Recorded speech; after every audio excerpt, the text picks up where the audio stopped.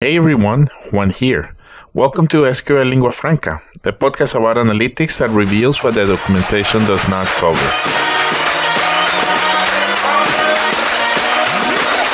SQL Lingua Franca.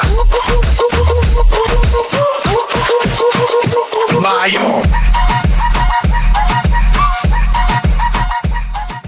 Today we have my colleague Ruben, and we're going to talk quite a lot about analytics engineering. We're going to talk about some of the responsibilities and even some of the key traits that can help you a lot in this career. Ruben, can you start by introducing yourself? I'm curious about you as a person. Yes, absolutely. So I'm an analytics engineer with Xebia Data. I've been for about half a year about now.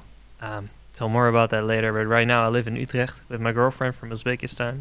I've had various roles in data prior to this and everything, and I'm very happy that my career path has led up to here.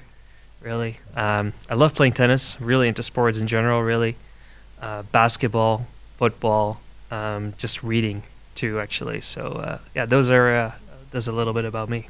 Wow, quite a lot of interesting hobbies. Okay, and you already tested a little bit, but can you tell us a little bit about your job, and later we can continue the journey. But tell me for now about your current job. Yeah, so as an analytics engineer, currently I'm primarily actually involved with modeling in DBT at a client. They really want to engage in self-service BI, so really making that available for their end users, educate their end users along the way as well. So what I feel is a very versatile job as an analytics engineer, where you're going to be aligning a lot with stakeholders while actually also translating their needs in terms of modeling. And even delving in a little bit into platform engineering in terms of pipelines, monitoring them. Real versatile job. I really quite like that. Yeah. Okay, then you already started, and there is something that I wanted to discuss with you, and that is for everybody out there. In previous episodes, we have spoken about what is analytics engineering, but I think we've never really talked about what exactly are the responsibilities of an analytics engineer. Now, I don't expect the ultimate dictionary answer that is never going to change, but I'm curious about your perspective. So you already started with a list. Can you continue with some of the other responsibilities that you think the stereotypical analytics engineer should do? Ooh, okay, that's a very good question, I think, actually. I mean, what I feel is where the analytics engineer really adds value is having both the technical ability as well as the communication abilities, right, in order to actually understand the business, understand their needs, and make them feel heard as well. That translation part, I feel, is really essential to the analytics engineer. Having pretty much spanning that whole breadth of maybe inventorying the user requirements and building it, even all the way up to like the pipelines, monitoring that stuff and everything. That's what's really cool to me about it. Yeah, what I really enjoy as well. No. I think it's interesting because quite often, and I'm also guilty of this, when we talk about analytics engineering, we talk more often about what it is not. And so generally the definitions are very reductionist, as in things that an analyst doesn't do and that that a data engineer doesn't do either. But quite often we forget, okay, but what are the things that they do? Yeah, that's actually a really interesting take, right? And this is again what is very interesting to me as the analytics engineer, since it's not so clearly defined quite yet. You have that room as an analytics engineer to kind of define your own scope, usually on an assignment too, right? At school, you can kind of pull some stuff towards you and everything because, yeah, if you tell them like, all right, I guess an analytics engineer does this too, then yeah, an analytics engineer does that too. So you can kind of take on data engineering responsibilities as well, or maybe if you're really good at it, expand your scope towards the business and add value over there. But I find that you're always going to see yourself modeling as well, and that's personally something that I really, really enjoy currently. Yeah. Okay, so can we agree? Are there other roles that should be responsible for data modeling besides the analytics engineer? Oh, this is a good one. I mean, besides a data engineer, you say, who are So we mentioned that the analytics engineer is primarily responsible for data modeling, Yeah. but I'm curious about your perspective. Which other roles should be also involved in the process of data modeling? All right. This is a very, it's to me a very interesting question, a very topical question Yeah. as well, because I find myself at the client having to pretty much answer this question together as well. Is where you feel like, okay, to what extent can and should certain data analysts perhaps be involved in the modeling as well? Where you're going to be transferring ownership of a model towards them, and they're going to take it on or not. Yeah, and what we notice is that continues to be sort of a tailor-made approach, right? Certain people are ready for that. They have the technical skills and the confidence as well to take that up. Take up a semantic model that you perhaps have prepared for Power BI. Not quite the DBT stuff yet. I do feel that is still very much an analytics engineering kind of prerogative. But yeah, maybe take that up. Take a bit more of a raw product up in terms of a semantic model with a data analyst who feels like I want to upskill. Yeah, maybe do that. That's what I feel. What do you think, really? Mm. I think I think data modeling is a negotiation between three parties. The first one is advocating for the business. It's like, this is how the business works. This is the model that we're building, and this is when somebody becomes a customer. The second part is advocating for the technical implementation. So this is how we're going to write the SQL, and this is how the tables are going to look like, and here's how we're going to write partitions and indexes. And the third part should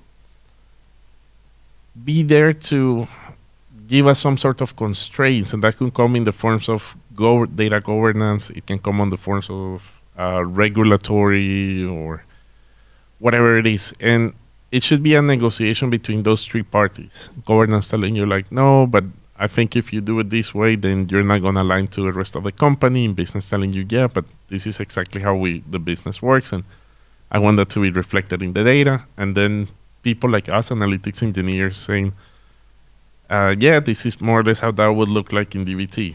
I think the reason why we don't see it like that too often is because quite often it's just the person there implementing it in the database and the other two people absent. So we do tend to take, luckily and unfortunately, all of those roles at the same time, and it's weird. I don't know if we should, but accidentally we end up responsible for understanding the business, understanding the implementation, and also being the one advocating for governance. Yeah, and that is, to be honest, what I enjoy thoroughly about this role, actually, that you see the fruits of your labor essentially develop in front of you, right? And you see the response of the business to what you've created technically as well, right? I'm not going to be out there explaining to business what my DBT model exactly does or does not do, right? They're like, nah, I don't understand that, or I don't want to hear that or whatever, but they want to hear like, okay, so does this work now, right? Can I use this? And to be able to say that yes, and wholeheartedly, and know that my technical solution was the right one that has delivered value to them, that is something that is hugely valuable to me as well, and something that I enjoy, just experiencing that whole process along with them and getting to do the development and the technical implementation of that, really. I mean, and yeah, that is, to me at least, where the value and the fun of being an analytics engineer really truly lies. You're in touch with both points. Yeah. So that's an interesting topic. Maybe can we formalize it? Can you give me, let's say, the top 3 things that you enjoyed the most about this job? Oh, okay. The top 3 things. Well, it's got to be the development, right? I love building the stuff. It'd be very different for me if it was not building the stuff. So actually developing the models, actually being confronted with all kinds of bugs that you're always going to encounter, right? Spending your time and effort on actually debugging it and then seeing, hey, that debugging finally works. That to me is a huge payoff. That is definitely something that top 1 probably I enjoy, and I learn from as well. It feels like solving puzzles. It's fun. It does feel like solving puzzles. So that is definitely the thing that is an attraction point to me. And also challenging myself in terms of like understanding the business. It might be a business or a certain niche that I'm not particularly familiar with, might not be particularly familiar with how HR operates, for example, or whatever, but just challenging myself to, hey, put myself in their shoes, see things from their perspective and what they need, unraveling that. That's just another puzzle in and of itself in a different way, right? I mean, it's not literally building, but just relating to them, and then transferring, right? Translating that bridge to like, hey, what do they need, and how does that look like in terms of like a technical solution, delivering that, and ultimately, demoing it too. You get to do that as an analytics engineer too. I feel it's like, take your moment to shine and show them really what the end product looks like. Not necessarily the model, but maybe a semantic model in terms of Power BI or whatever, or what they can create now, as opposed to last week that you maybe have developed. Meanwhile, long-winded story, but those are the top three things where I feel like that's cool. Yeah. No, that's very recognizable indeed. Yeah. It's of course, many of the things that we build, they never get used, but when they do, and when you really notice that whoever you build it for is happy and excited about what you're doing, and or maybe that you notice that they are using it and it's really improving their work, that's a really cool feeling. Yeah. And especially also since, throughout my career, I've been sort of on the other end as well, where you could almost argue I used to be the end user as a data analyst, working on my Excels and everything, or people giving me Excels and, me doing stuff in Excel and transforming those Excels. And I'm just very happy to be in an environment now where we do things properly, by the book. And I just see the value of that. Yeah. We didn't mention that, but Ruben, I remember you said you have been through many data jobs and that before you used to be in the other side. Maybe can you walk us through your data career? Career is a big word, but I'd be happy to walk you through my journey so far. Obviously, yeah. So it started out as a business analyst, essentially, in a finance traineeship, in an environment indeed where Excel ruled. Really, that was your main reporting tool, truly. And you saw the pros of that, and you saw the cons of that as well. And that got me curious, and it especially triggered my interest when over there I got the opportunity to start moving into BI, a new BI tool that they had recently introduced over there, and they needed a team to start exploring that. And that was just a really exciting opportunity, to be honest, where I felt like, whoa, this opens so many new avenues as opposed to Excel, right, and everything. And look how shiny things can be, right, and everything. And look how we can just introduce ETL and stuff. And so that is really where I developed that appetite for, okay, let's do this professionally and look a little bit more towards the back end. I've had environments as well where I feel like I came in and they were already at a pretty mature level, and that was just a really good learning opportunity as well. They were already working with cloud warehouses, had the data scientists, had the data engineers and everything. They didn't have something formally called as an analytics engineer yet. Looking back at it now, I feel like they did, though. Yeah, they just didn't call it analytics engineer. Yeah, it says something about the role as well, I suppose. Yeah. So that was really cool. And I've been also in environments where ultimately I got to cover anything almost that was remotely related to data. I was the data guy in a way, right? Whenever big or small a topic came up and it concerned data, it was like, all right, let's give this Ruben guy a call.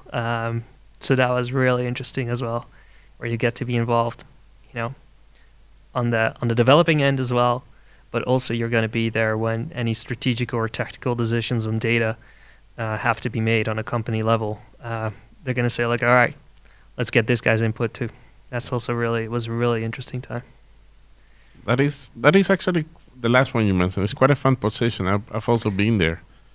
Feels that at, on the one hand, you're constantly thinking, I wish I had somebody that knows more to teach me. Like, why am I exactly the data guru here in this organization? But on the other hand, it's also super interesting how just having all of that responsibility and being able to do things that realistically shouldn't have to be your role teaches you a lot. Yeah, absolutely, right? And I feel it says something about how the field or data as an industry is still developing and maturing, because there's still companies out there where they feel like, all right, there's a data guy, and that apparently can or should be enough, right? Even though there's so many separate roles that should be embedded within that particular data person. Yeah, so interesting. Yeah. So what I'm hearing is you have had the chance to work in, let's call it, very mature data companies and companies that are very mature in their whole IT. Can you maybe point out some differences between mature data companies and companies that are just starting with data? Oh, okay. Yeah, I definitely can. Where to start, though, is more where I'm wondering, right?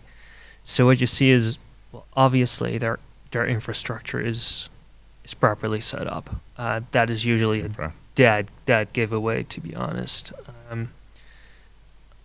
Where you're really sort of in a mature environment, they know how to define your role very properly, usually very clearly as well, because they understand that there is not just a single data person who can do the translating, who can do the strategy, who can do the data engineering, any kind of infrastructure, the report. They understand that those are separate things because they've already been through that.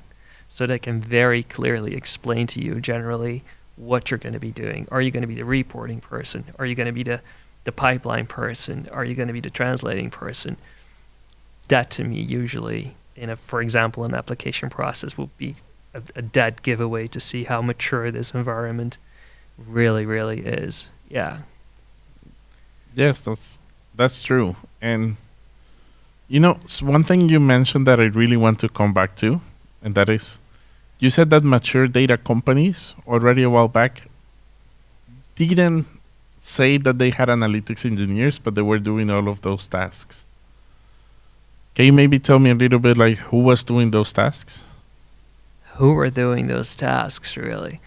Yeah, that's a good one. I mean, I guess it was still data engineers that they said, really.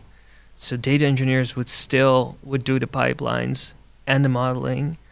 Or as a matter of fact, in this particular environment that I'm talking about, it was just pretty skilled business analysts eventually that would do modeling, like up until BigQuery or whatever, and do the querying over there. But they would develop the models as well, and then have those models available for any BI developer who would then develop the reports based on those models. But back then they just called them sort of, really versatile business analysts, I guess. Yeah, it was really interesting. I mean, it was, to me, looking back now, it was the prime niche for the analytics engineer. Yeah, and it wasn't called that. Yeah. I've heard both of these terms. I've heard very technical analyst, but I've also heard data engineer with a business acumen. Yeah, exactly, right? Yeah, I especially like that last one. I mean, that sounds fancy, doesn't it? Yeah, I'd love to be that. Yeah, I'd love to call myself that. Yeah, it's essentially a person that is, I wouldn't say afraid, but that doesn't really mind going to the business, talking to them, explain to me how this works, and that's, let's be honest, it's nothing against data engineers or whatever, but like, not everybody finds that enjoyable, or is good at those tasks. That's fair, right? Yeah. So I wonder what are your experiences with that? Because I actually thought it was a really good question. Like, how do you really distinguish a mature organization, perhaps even at first glance, from where you feel like, all right, this organization still has a few things to develop in terms of their perception of what data can bring to the table and who should be involved in it. What are your experiences with that? I like your perspective. Definitely the way that they scope roles Yeah. And definitely the way that their infrastructure is set up, those, yes, are so clear, especially the roles one. If you're still looking for a data scientist that knows Excel or that knows, I don't know, DBT or that knows Tableau or something, you're just calling whatever data role a data scientist because that sounds cool. But so going back to your question, how do I notice? I think there is this, let's call it the data lifecycle, in which a company says, we need a data person. Yeah. It can be a data scientist, an analyst, doesn't matter how they call the first data person. That person gets there, and that person definitely doesn't like the whole thing because, like, oh, I'm working with Excel, so how come you don't have a database? The data is not clean. So that person just is there until the company realizes, oh, we need help from somebody else. And then sometimes they go to a data scientist. They realize, ooh, we're not ready for machine learning and crazy stuff like this. So then they decide to get a data engineer. The data engineer starts complaining because, hey, the infrastructure is not great. And then they get like their data architect or data infrastructure person. And this person says, yeah, we don't have any strategic vision. And that's when you put like somebody in leadership that knows about data, like a chief data officer. I think maybe there are companies that artificially just knew that from day one and they suddenly started putting all of those people in place. But more often my experience is companies have to learn out of those pains. And you can just very easily notice what are the things that they're talking about. Are you still talking about like dashboards like if they're the end goal? Or are you still talking about one tool like it's the ultimate savior, like, oh, we're a Power BI shop or something like that? Or are you already talking more about strategic vision? Are you talking more about infrastructure? Are you talking about data quality? Depending on what are your pain points and how specific your pain points are getting, that also gives me some indication about their maturity. Yeah, good one. Yeah, I was smiling throughout your answer actually because so many things to what you're saying are relatable to me, right? Usually it's really a journey that you get to live through with the organization that you're with where you feel like, yeah, no, hey, you're going to need a data engineer, right? Yeah, you can't just hire a data scientist and have two people and then think, everything's going to be all right. You're going to need all these people and just to have that realization dawn on leadership. And actually playing a part in that as well, right? Where you're having that conversation with leadership and try to explain what will be the business value and, how that investment into an extra data person or another specialized data person, how that will translate. Yeah, that's, to me, such an interesting tug of war, almost has a negative connotation, but just an interesting interplay that way, always has been, really. And that's why I love being involved in this field. Yeah. And negotiating to expand your data team, even budget-wise or people-wise, is always super interesting because on the one hand, a lot of the people that have the budget don't fully understand what you do and it's super hard to put it into very practical terms. But on the other hand, most people have internalized that data is important, data is the new gold, and then that stops them from being very critical. So you might be in an organization where the moment that you say something data or something AI, money is going to pour to your team, or you might be in a team where it's super difficult to explain to somebody why exactly you need to start using, here's a good one. Why do you need to start using Kubernetes? Try to explain that to a non-technical person in 2 minutes. Exactly, right? Even though there is value, very apparent value over there. But indeed, as you say, and kind of circles back to the initial question is like, okay, what is it? What do I enjoy? What is the top 3 about being an analytics engineer? You get to do this. You get to have these conversations. You're going to be challenged to have these conversations, to have people that may not have that technical background understand and see the value of the technical skills that you're bringing to the table or that other people are bringing to the table, and have that aha kind of moment. And just to see that or to encounter that. That's so fun, really, I think. Yeah. Yeah. You know, there is a little anecdote that I don't know if you know, but the first time I applied to Xebia, Mm. I applied as a data engineer. And, well, I was looking back, I was definitely not qualified for being a data engineer. But one of the big conclusions of that interview was that you like analytics too much to give it up and fully become a data engineer. And I thought, yeah, you're right. I wouldn't fully give up all of this, like the stakeholder contact, the being able to work very closely to data products, to do the modeling parts, to even help the business strategically on how they use data. But then, luckily for me, like this is like 6 months later, I get a call from the recruiter, Luke, who was in a previous episode, and hey, we have the perfect role for you. It's called analytics engineering. And we're talking about 2020, so I was like, I've never heard of that.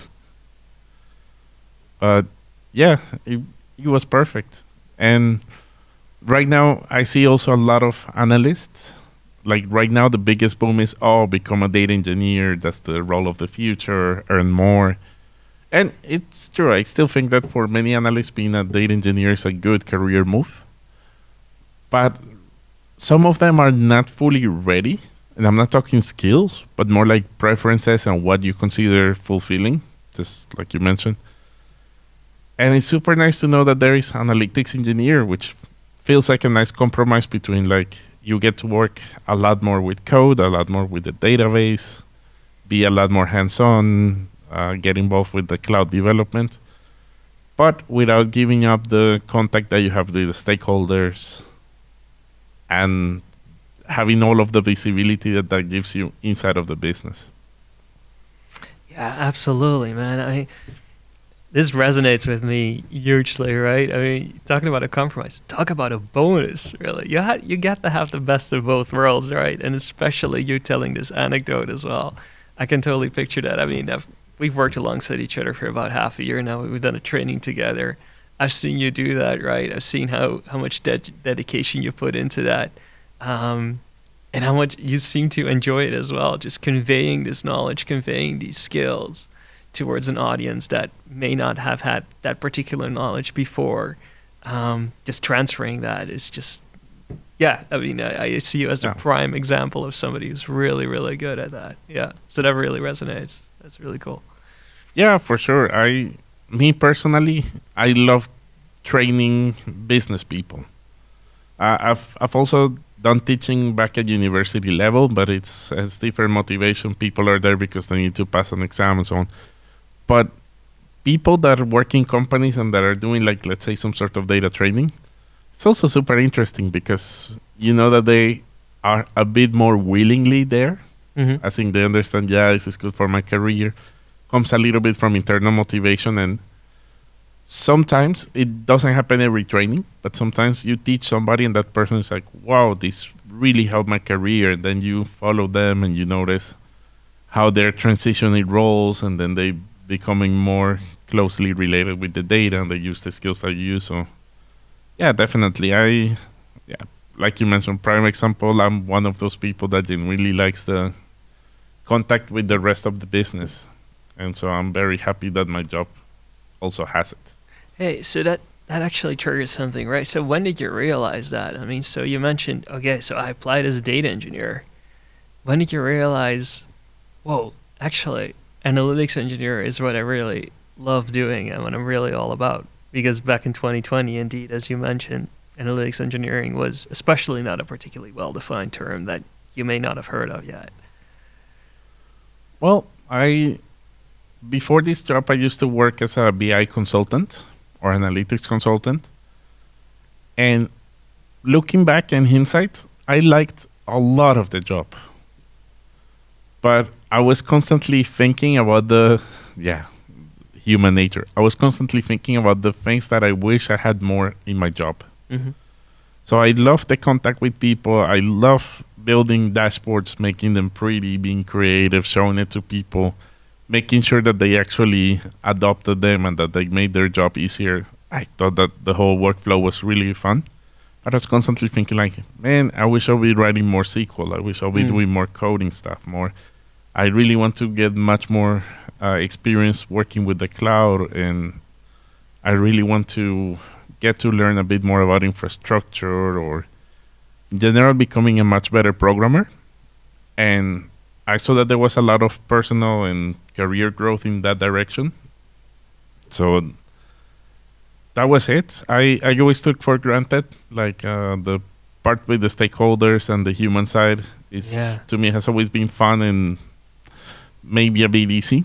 So I never thought like, oh, fun here. I was constantly looking forward to becoming better at the technical side, and that also shaped it a little bit. But now that I've been doing this whole thing for, I don't know, maybe 8 years, I don't know the exact number, I'm happy that I didn't fully give up the human side to become better at the tech world, like fully dropping it to become an amazing programmer type of situation. Because not only I enjoy it and it's meaningful, but it's also a good career move. Sure. Yeah. No, I see that. Yeah. Hey, so you clearly, I mean, you've been in this field for quite a while. You've had this experience where you felt like, hey, I'd love to do the more coding stuff, the more technical stuff and everything. You've been through that journey as well. You've had your fill, you could almost say. Looking at the current situation, right? As an analytics engineer, what you're doing right now, having the experience that you have, at what point in time do you still feel very excited about your current job? Where you feel like, whoa, that is something new, that is something cool, or something that really kind of, triggers me or piques my interest in my current job? Huh. That's an interesting, very philosophical question.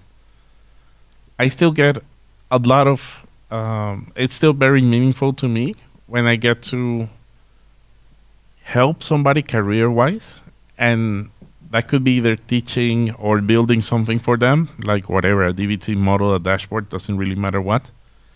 And I can actually notice that really improve their life, their work, their whatever. To me, that's really nice and meaningful. So that part is nice.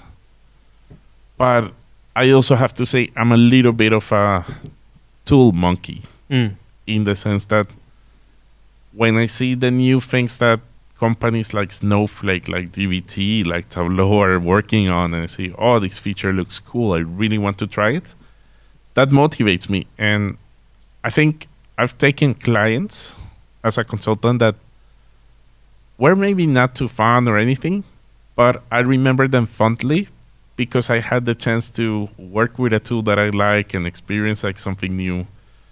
So it's really weird because that also fits a little bit this narrative of like, oh, you guys are way too obsessed with tools and forget about the business. I like it, and I know many of us do. And even after 8 years, playing with new features and seeing how these tools are developing, yeah, it's still a fun exercise. Hey, somebody needs to do it, right? Right? Somebody needs to be fun with the tools to see if it's the right thing for the business or not. Yeah, yeah. And I love that about it as well. It's still an environment. It's still a role where you can, I feel, dare to experiment, dare to check something new out, and dare to also challenge the status quo in terms of tools, but maybe even beyond tools. Yeah. I'm curious about the opposite. All right. What are the things that you don't enjoy doing too much about analytics engineering? Well, okay.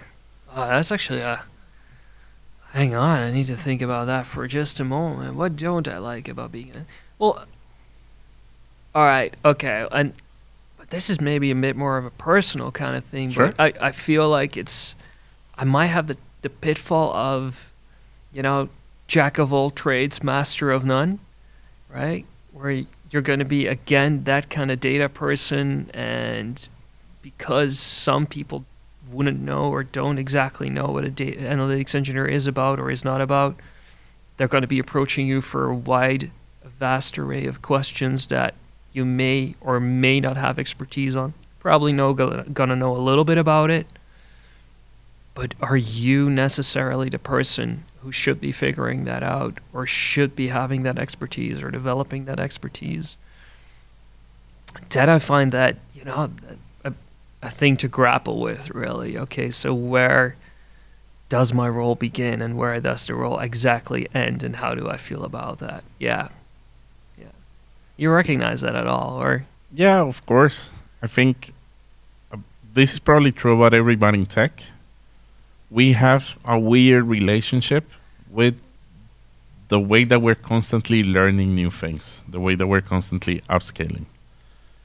You need to, on the one hand, deal with the fact that it's overwhelming.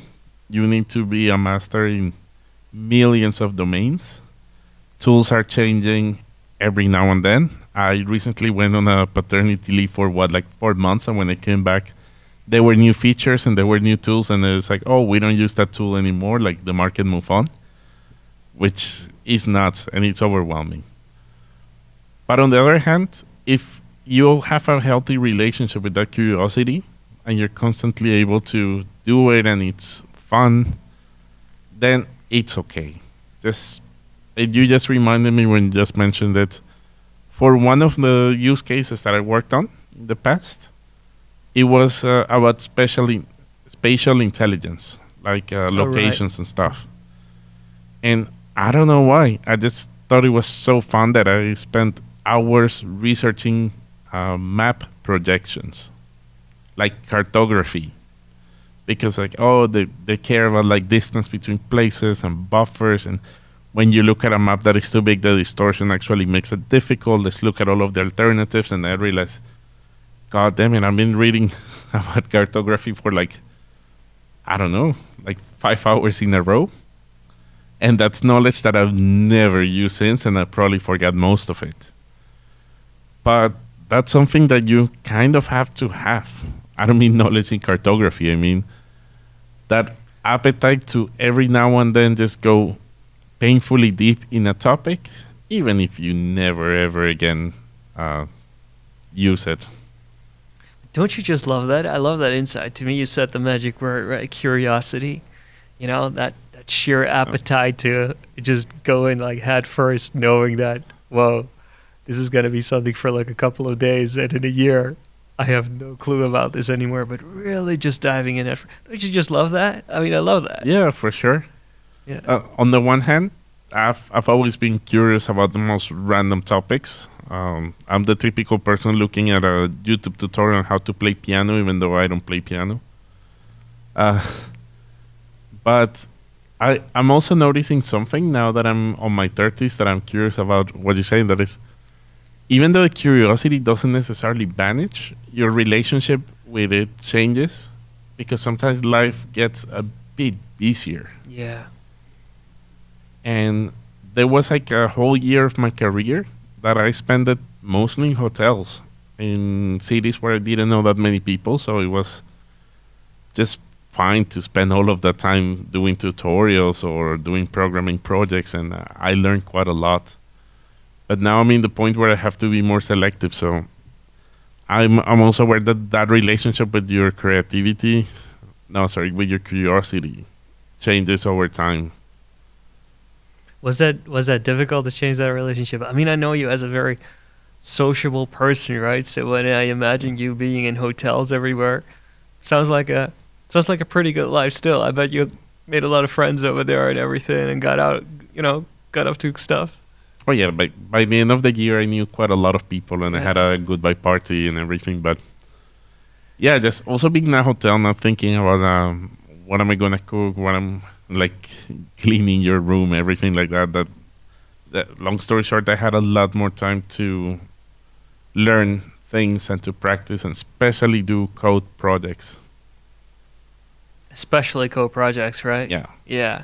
Or just in the evening where you're just in bed and you just have a few hours to kill at the end of the day, and you just flip up your laptop and like that. Yeah, for sure. Yeah. And at some points it was so funny that I was like doing my normal work, and somewhere in the middle it would be like, ooh, I have a great idea on how I can solve this problem. So I had to like kind of stop, write some notes, and then continue working. And then I had like a full page of notes that I could implement later that day. But I also have to say, like, then as time has passed, now sometimes I'm a bit more careful and strategic about this whole curiosity thing, Yeah. career wise. Do you still get tempted? Yeah, of course. Yeah. But I right now have a much bigger backlog of things that I need to be doing. So I have to be a bit more strategical there.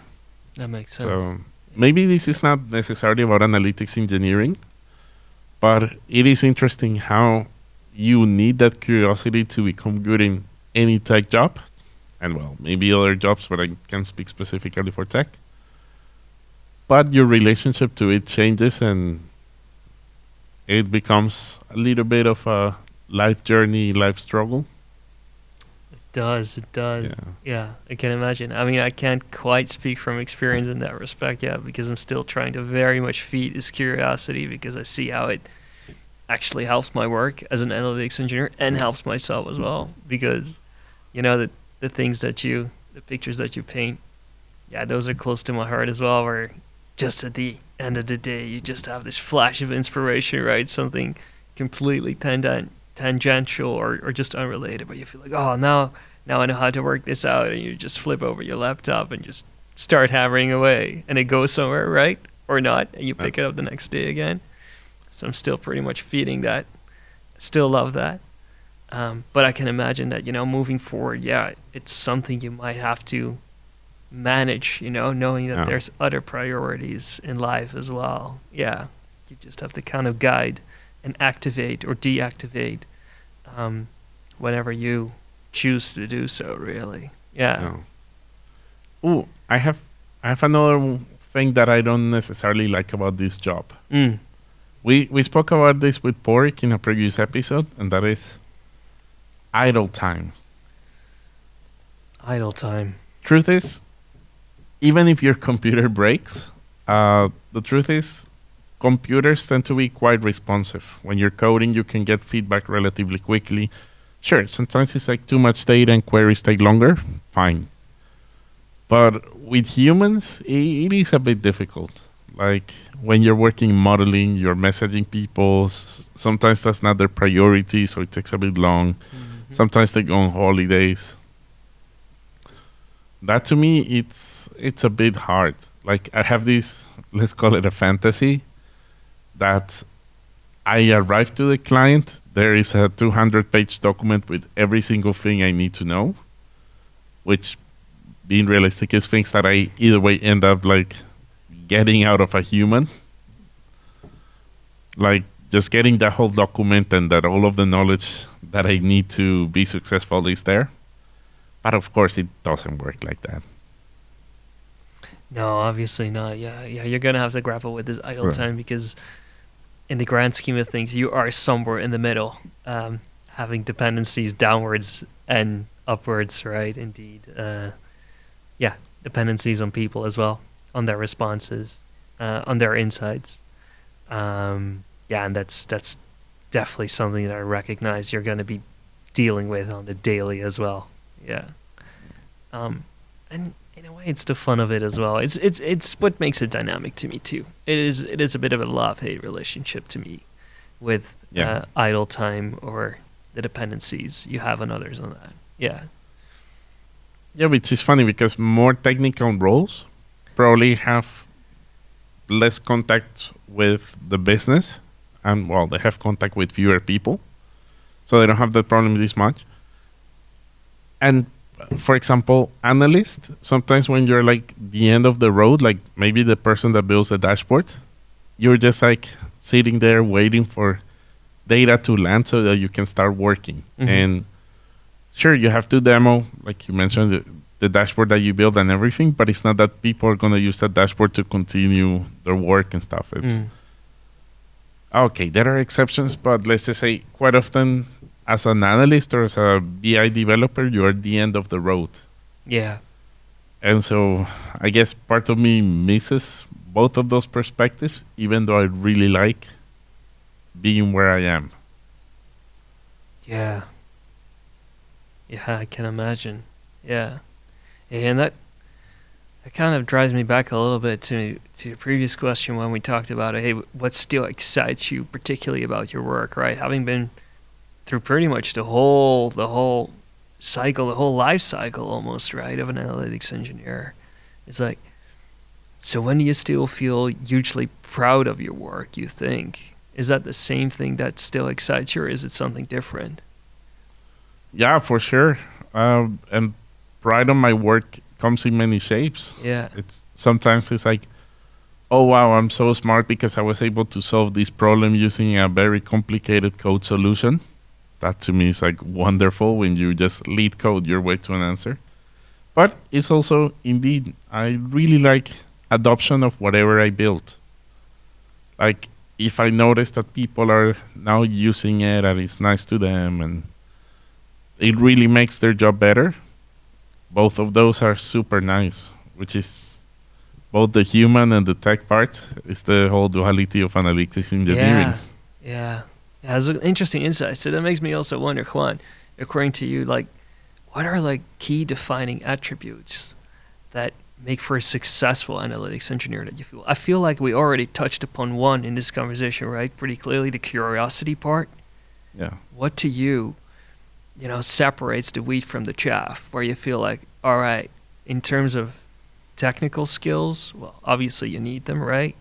But give two analytics engineers the same set of technical skills. What separates a successful one from an unsuccessful one? Ooh, that's very difficult because I know very good analytics engineers Yeah. that have almost nothing in common. Yeah, and this is so interesting, Uh-huh. right? Yeah, I know this too. I Yeah. think amazing work can come out of anybody, Yeah. but maybe there is this intangible thing I'm not able to fully describe. Some people call it as being opinionated, Mm-hmm. but sometimes it's more like having very strong values and having very high standards. It is, I don't know, for some people, it materializes as I really like naming conventions. For some people, I really don't like having files without like a proper folder in my computer. For some people, I really like the code to be very efficient or reduce the verbosity as much as possible. There is this like need to improve things in a very systematic way, which for some people is being like mega tidy. For some people is like taking really good notes. So I don't even know if that has a name, but like that little obsession with something IT and especially something related to your work Mm-hmm. makes any analytics engineer like 7 times better already. If you happen to be obsessed with some components about governance, like naming conventions and following code standards and building templates, if that's like something that like really bothers you when you don't see it happening, that's already immediately amazing. Or on the other hand, some people also have like that same feeling when they see people misusing cloud resources and their spending is massive and they're like, no, I'm going to cut all of this and it's going to go better. Or even it also happens in the strategy side. As in, I also know people that are ruthless about telling people, yes, but there is no business value in this. Let's reiterate, let's do a better use case that is really going to help. So it's really been having that obsession and being ruthless about one particular aspect of the job or many that makes a massive difference. Right. So you've obviously also seen analytics engineers that did not have this particular intangible asset, right? In terms of trait. What happened? What happened there? What have you seen them do where you felt like, Well- that could have been better? Well, so maybe a bigger hot take, and that is one, there is nothing wrong with being just average in IT. Up to a certain point, becoming really good at IT comes a little bit at a personal sacrifice cost. I think like you need to spend a lot of time practicing crafting it. So for many people, just being good enough, it's fine. And then on the other hand, there are so few data people in the world that many companies will be more than happy with a bad one. Mm. So it is more about like how you want to shape your career. If it's just like, oh, I'm good at this and it's fine and I don't need to have the need to be passionate, that is okay. If you're the type of person that really enjoys mastery, or you just have like this need, what I was saying, like this compulsion of like this needs to be really good and companies really need to focus on this, then that's fine, use it. But well, I think you can still have an amazing career and you can still be valuable being average, being below average, or being in the 1% of the best data people out there and being like insanely good. There is definitely room, as long as you're happy in where exactly you're in the pyramid of data people, then that's all right. Hey, so does that mean what you're saying, right, is that being an analytics engineer is almost more of having a type of personality rather than a specific role? You got to have that curiosity. You got to have that little bit of extra drive to do this one thing particularly well. Is that what you're saying?